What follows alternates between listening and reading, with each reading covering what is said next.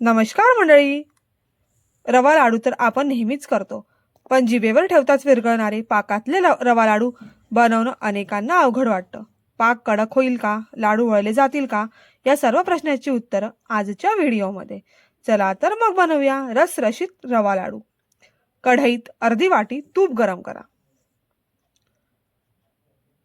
त्यात बारीक रवा घालून मंद आचेवर 15 ते 20 मिनिटे छान खमंग भाजा.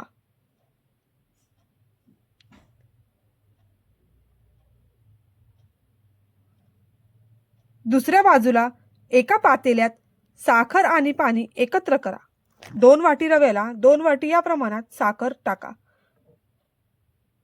तोपर्यंत रव्यात थोडं किंचित मीठ, विलायची पावडर आणि काजू बदाम पावडर टाकून एकत्र करा. दुसरीकडे साखर छान पाण्यात विरघळल्यानंतर 2 ते 3 उकळी आल्यावर पाक फक्त चिकट हवा तो पाक रव्यात टाकून मिक्स करा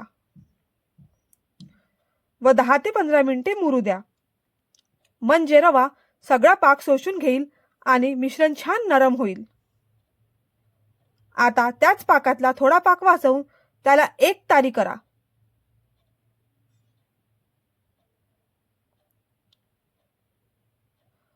व 15 मिनिटांनी एक तारी पाक टाकून मिक्स करा.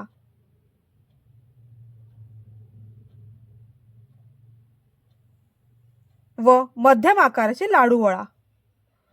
वरून एक मनुका किंवा बदाम लावायला विसरू नका. बघा किती सोपं आहेत हे पाकातले लाडू. या पद्धतीने करून पहा, तुमचे लाडू अजिबात कडक होणार नाही. रेसिपी आवडली असेल तर लाईक करा आणि तुमच्या मित्रमैत्रिणींसोबत नक्की शेअर करा. धन्यवाद.